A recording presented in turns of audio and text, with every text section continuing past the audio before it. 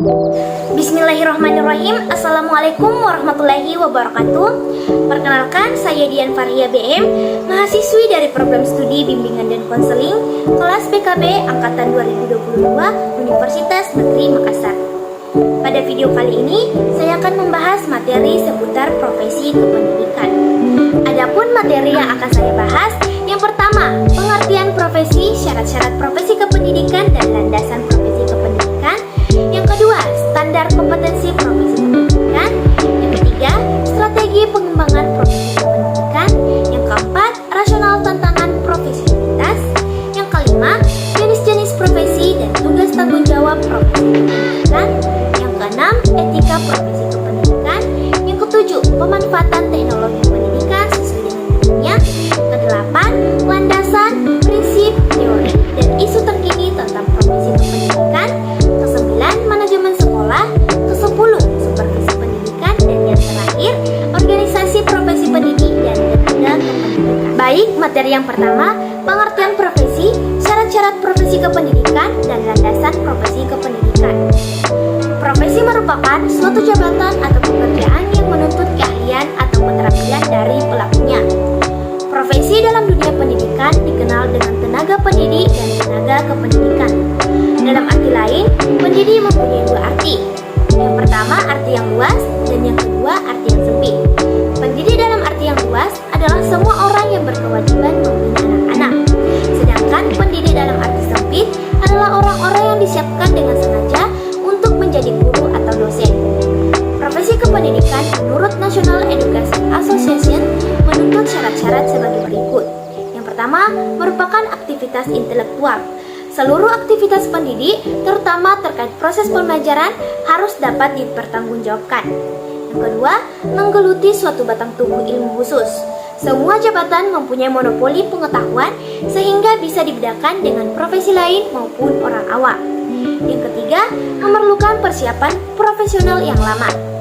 Sejak dikeluarkannya kebijakan pemerintah melalui Undang-Undang Nomor 14 Tahun 2005 untuk menyandang profesi guru, dipersyaratkan kualifikasi pendidikan umum minimal S1 atau D4.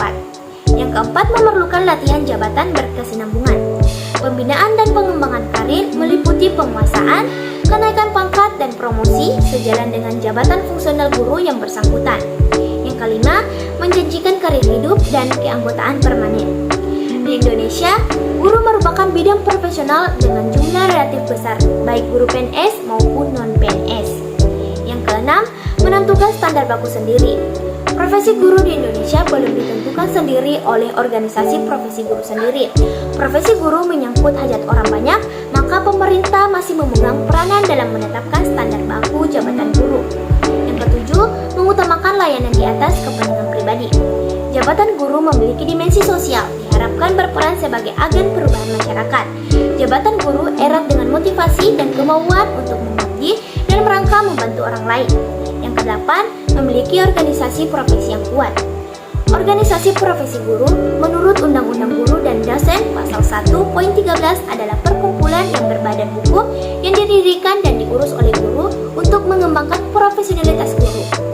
Landasan profesi kependidikan terbagi atas 4. Yang pertama, landasan hukum. Yang kedua, landasan filsafat. Yang ketiga, landasan psikologis. Dan yang terakhir, landasan sosial budaya. Selanjutnya, materi yang kedua yaitu standar kompetensi profesi kependidikan.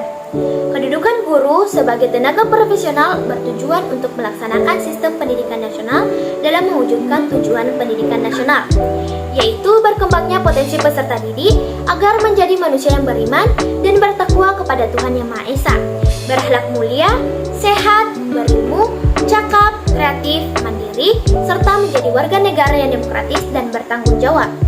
Persyaratan untuk menjadi guru menurut Undang-Undang Nomor 14 Tahun 2005 sebagai berikut. Yang pertama, persyaratan kualifikasi akademik. Yang kedua, persyaratan kompetensi. Yang ketiga, persyaratan sertifikat pendidik. Yang keempat, persyaratan kesehatan. Yang kelima, persyaratan kemampuan untuk mewujudkan tujuan pendidikan nasional. Adapun kompetensi guru dalam agen pembelajaran, yang pertama, kompetensi pedagogi. Kompetensi ini merupakan kemampuan atau keterampilan guru dalam mengelola proses pembelajaran atau interaksi belajar mengajar dengan peserta didik. Yang kedua, kompetensi kepribadian. Kompetensi kepribadian berkaitan dengan karakter guru dan wajib dimiliki agar menjadi teladan bagi para peserta didik. Yang ketiga, kompetensi profesional. Kompetensi ini adalah kemampuan atau keterampilan yang harus dimiliki guru agar tugas-tugas perguruan dapat diselesaikan dengan baik dan benar. Yang keempat, kompetensi sosial. Ini merupakan kompetensi kemampuan guru dalam berkomunikasi secara efektif dengan peserta didik, tenaga kependidikan, orang tua wali peserta didik, dan masyarakat sekitar. Selanjutnya, materi yang ketiga yaitu strategi pengembangan profesi kependidikan. Sekolah merupakan tempat di mana individu memperoleh pendidikan dan pengetahuan. Sekolah sebagai wujud dari sebuah lembaga pendidikan juga dituntut untuk melakukan perubahan dan perkembangan secara terus-menerus dan berkelanjutan untuk memenuhi kebutuhan masyarakat akan pendidikan yang lebih baik agar dapat mencapai tujuan pendidikan.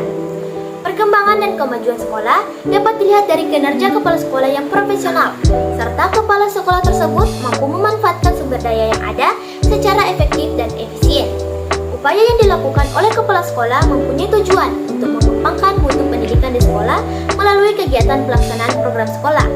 Mutu pendidikan bersifat dinamis dan dapat ditelaah dari berbagai sudut pandang. Perencanaan peningkatan mutu sekolah dan perencanaan program sekolah yang berdasarkan pada 8 standar pendidikan serta mengacu pada visi, misi, dan tujuan sekolah. Strategi kepala sekolah dalam peningkatan mutu pendidikan yaitu pemenuhan sarana prasarana sekolah. Kepala sekolah berupaya untuk memenuhi kebutuhan sarana prasarana di sekolah, terutama dalam hal kegiatan belajar mengajar di sekolah. Dilakukan secara insidental agar pelaksanaan belajar mengajar di sekolah dapat mencapai tujuan pembelajaran serta menunjang hasil belajar peserta didik. Penetapan standar pencapaian nilai untuk mencapai mutu pendidikan.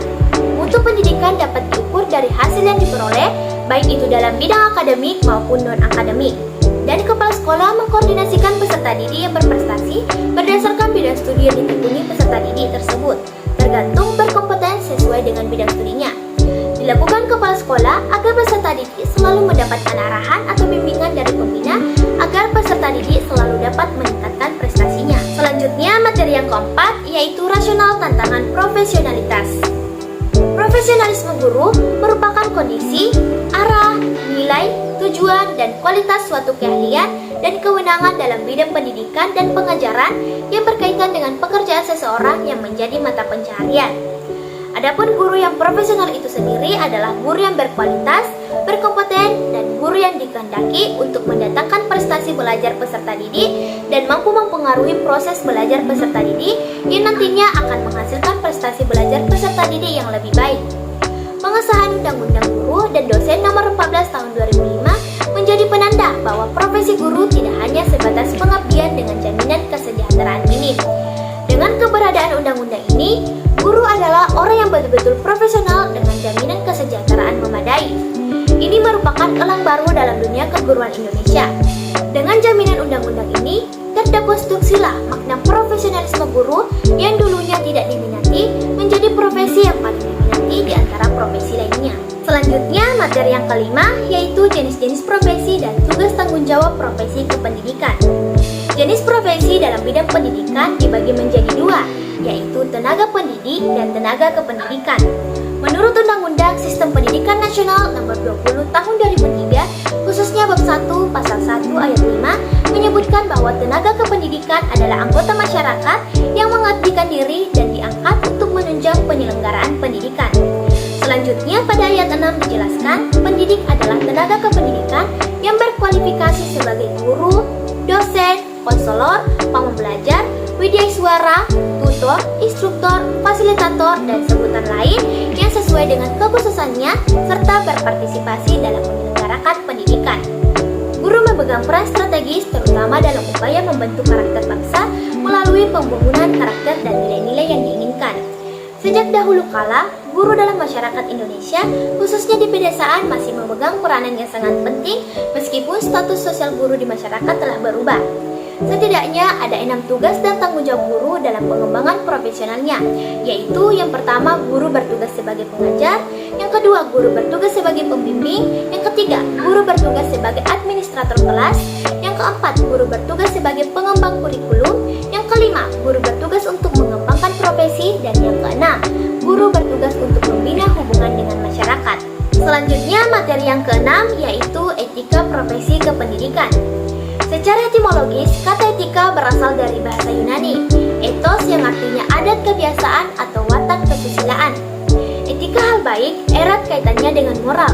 Istilah bahasa Latin yaitu mos, atau dalam bentuk jamaknya adat istiadat yang artinya adat kebiasaan atau cara hidup seseorang dengan hal-hal yang baik dan menghindari perbuatan yang buruk. Sebagai ilmu, etika dapat diartikan sebagai refleksi kritis, metodis, dan sistematis tentang tingkah laku manusia. Etika memuat tentang apa yang harus dilakukan, apa yang tidak boleh dilakukan, apa yang baik, dan apa yang buruk. Dengan adanya etika, perilaku-perilaku yang baik diatur berdasarkan nilai-nilai moral yang berlaku dalam masyarakat. Nilai moral yang berlaku dalam masyarakat dapat bersumber dari agama, budaya, filsafat hidup, dan disiplin ilmu. Dengan demikian, etika dapat dikatakan sebagai asas atau nilai-nilai moral yang dianut oleh golongan masyarakat tertentu setelah melalui pengkajian secara kritis. Selanjutnya, materi yang ketujuh, yaitu pemanfaatan teknologi pendidikan sesuai dengan bidangnya. Undang-Undang Nomor 20 Tahun 2003, Pasal 1 Ayat 2 menerangkan bahwa pendidikan nasional adalah pendidikan yang berdasarkan Pancasila dan Undang-Undang Dasar Negara Republik Indonesia tahun 1945 yang berakar pada nilai-nilai agama, kebudayaan nasional Indonesia, dan tanggap terhadap tuntutan zaman. Oleh karena itu, perancangan dan perkembangan pembelajaran harus sesuai dengan perkembangan iptek. Pendidikan merupakan investasi setiap negara, apalagi bagi negara berkembang yang giat membangun negaranya. Mutu pendidikan tergantung kepada mutu guru dalam membimbing proses belajar mengajar. Para ahli berusaha untuk meningkatkan mengajar itu menjadi suatu ilmu atau sains dengan metode mengajar yang ilmiah. Diharapkan proses belajar mengajar itu lebih terjamin keberhasilannya. Inilah yang sedang diusahakan oleh teknologi pendidikan. Teknologi pendidikan memandang sebagai suatu masalah yang harus dihadapi secara rasional dengan menerapkan metode pemecahan masalah. Di samping itu, perkembangan teknologi pendidikan didukung oleh perkembangan yang pesat dalam media komunikasi seperti radio, televisi, internet, dan dapat dimanfaatkan bagi tujuan instruksional. Penerapan teknologi pembelajaran baru tersebut akan membawa perubahan besar yang berpengaruh terhadap administrasi dan fasilitas sekolah, metode pembelajaran, serta peranan guru dan siswa. Agar teknologi pembelajaran yang baru tersebut dapat dimanfaatkan secara optimal, diperlukan suatu profesi baru yang berperan dalam pengelolaan dan penyusunan desain, implementasi, dan evaluasi program pendidikan secara penuh. Selanjutnya, materi ke-8 yaitu landasan, prinsip, teori, dan isu terkini tentang profesi kependidikan. Landasan pendidikan yang merupakan tumpuan, dasar, atau asas konseptual yang menyelubungi pendidikan secara keseluruhan. Biasanya yang dibahas terkait dengan landasan pendidikan ini adalah hakikat manusia sebagai makhluk pembelajar, situasi, proses, perubahan sosial, aliran pelaksanaan, hingga permasalahan-permasalahan pendidikan. Tanpa landasan yang jelas, pendidikan dapat menjadi sesuatu yang mencengkram manusia lewat komersialisasi dan kekhususan yang berdampak pada kesenjangan pendidikan. Menurut Profesor Husna Asmara dalam bukunya Profesi Kependidikan mengatakan ada 3 prinsip dalam proses kependidikan, yaitu yang pertama prinsip tuturi hadayani, yang kedua prinsip belajar sepanjang hayat, dan yang ketiga prinsip kemandirian pelajar. Teori pendidikan menurut Undang-Undang Sistem Pendidikan Nasional Nomor 20 Tahun 2003, khususnya bab 1 pasal 1 ayat 5 menyebutkan bahwa tenaga kependidikan adalah anggota masyarakat yang mengabdikan diri dan diangkat untuk menunjang penyelenggaraan pendidikan. Selanjutnya pada ayat 6 dijelaskan, pendidikan adalah tenaga pendidikan yang berkualifikasi sebagai guru, dosen, konselor, pamong belajar, widyaswara, tutor, instruktur, fasilitator, dan sebutan lain yang sesuai dengan kekhususannya serta berpartisipasi dalam menyelenggarakan pendidikan.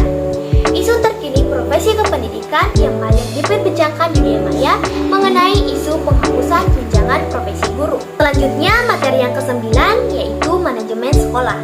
Manajemen adalah proses perencanaan, pengorganisasian, pengarahan, dan pengawasan usaha-usaha para anggota organisasi dan penggunaan sumber daya organisasi lainnya agar mencapai tujuan organisasi yang telah ditetapkan. Sedangkan dalam konteks sekolah, yaitu manajemen sekolah menurut buku manajemen sekolah, sebenarnya merupakan aplikasi ilmu manajemen dalam bidang persekolahan. Pada hakikatnya, istilah manajemen pendidikan dan manajemen sekolah mempunyai pengertian yang sama dan maksud yang sama pula. Keduanya susah untuk dibedakan karena sering dipakai secara bergantian dalam pengertian yang sama. Apa yang menjadi bidang manajemen pendidikan juga merupakan bidang manajemen sekolah. Demikian pula proses kerjanya ditempuh melalui fungsi-fungsi yang sama yang diturunkan dari teori administrasi dan manajemen pada umumnya. Tujuan utama penerapan manajemen sekolah pada intinya adalah untuk penyeimbangan struktur kewenangan antara sekolah, pemerintahan daerah, pelaksanaan proses, dan pusat sehingga manajemen menjadi lebih efisien. Selanjutnya materi yang ke-10 yaitu supervisi pendidikan. Supervisi merupakan proses untuk menerapkan pekerjaan apa yang sudah dilaksanakan, menilainya, dan bila perlu mengkoreksi dengan maksud supaya pelaksanaan pekerjaan sesuai dengan rencana semula. Supervisi merupakan usaha memberi pelayanan agar guru menjadi lebih profesional dalam menjalankan tugas melayani peserta didik. Supervisi merupakan pengawasan terhadap kegiatan akademik yang berupa proses belajar mengajar, pengawasan terhadap guru dalam mengajar, pengawasan terhadap situasi yang menyebabkannya. Aktivitas dilakukan dengan mengidentifikasi kelemahan-kelemahan pembelajaran untuk diperbaiki, apa yang menjadi penyebabnya, dan mengapa guru tidak berhasil melaksanakan tugasnya dengan baik. Berdasarkan hal tersebut, kemudian diadakan tindakan lanjut yang berupa perbaikan dalam bentuk pembinaan. Fungsi pengawasan atau supervisi dalam pendidikan bukan hanya sekedar kontrol melihat apakah segala kegiatan telah dilaksanakan sesuai dengan rencana atau program yang telah digariskan, tetapi lebih dari itu. Supervisi dalam pendidikan mengandung pengertian yang luas. Kegiatan supervisi mencakup penentuan kondisi atau syarat-syarat personel maupun material yang diperlukan untuk terciptanya situasi belajar mengajar yang efektif dan usaha memenuhi syarat-syarat tersebut. Selanjutnya materi yang terakhir yaitu materi mengenai organisasi profesi pendidik dan tenaga kependidikan. Organisasi modern saat ini tidak lagi mengutamakan segi kuantitas anggota belaka, namun lebih fokus terhadap kualitas masanya. Lebih utama lagi jika yang dimaksud merupakan organisasi profesi. Organisasi profesi harus mampu menjadi dan dijadikan wadah pengembangan anggota. Kesadaran anggota terhadap pentingnya organisasi profesi tersebut menuntunnya masuk dan mengembangkan diri di dalam organisasi tersebut. Organisasi profesi kependidikan adalah wadah yang berfungsi sebagai penampungan dan penyelesaian masalah yang dihadapi yang berkaitan dengan pendidikan dan diselesaikan secara bersama. Salah satu tujuan organisasi ini adalah mempertinggi kesadaran sikap, mutu, dan kegiatan profesi guru serta meningkatkan kesejahteraan guru.